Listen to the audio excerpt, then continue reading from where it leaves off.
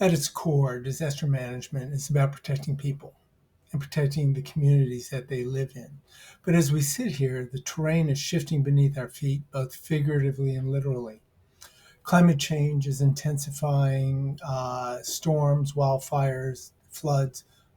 Just look at the recent fires in California is a really good example of that.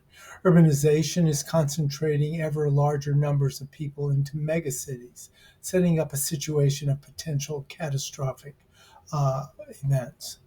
Technology is accelerating. It's providing the ability to provide more and better information, but also provide misinformation as well. And new threats, from pandemics to cyber attacks, have really expanded the definition of disaster. So, what does that mean for us? I think first off, it means we must be strategic thinkers. Gone are the days of being reactive to events. We have to take a more systemic approach to it, not only looking at response and recovery, but also risk reduction and building resiliency and looking at long term adaptation for our communities. We don't just put out fires, we should be preventing fires as well and building back stronger. We are collaborators. We have to be collaborators in a very complex environment that we operate in. Okay. We work with other agencies, with sectors, with different cultures, coordinating with public health, with public works, with tribal nations, community based organizations. We must be able to speak the language of scientists and politicians, but at the same time, the language of first responders and people in the streets. Relationship building is no longer a soft skill. It truly is a core competency for a successful emergency manager. And we must be data driven and tech savvy.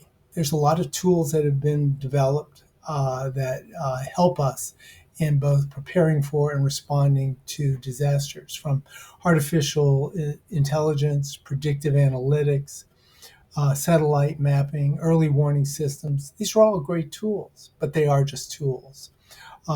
We need to never lose sight of the fact that people remain at the heart of our mission.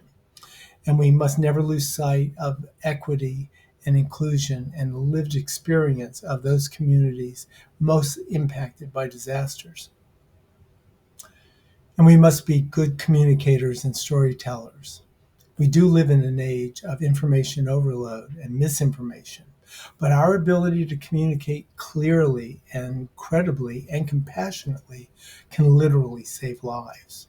And whether you're briefing political leadership or whether you're just trying to calm down a very anxious public or advocating for funding for more resilience building, your words matter.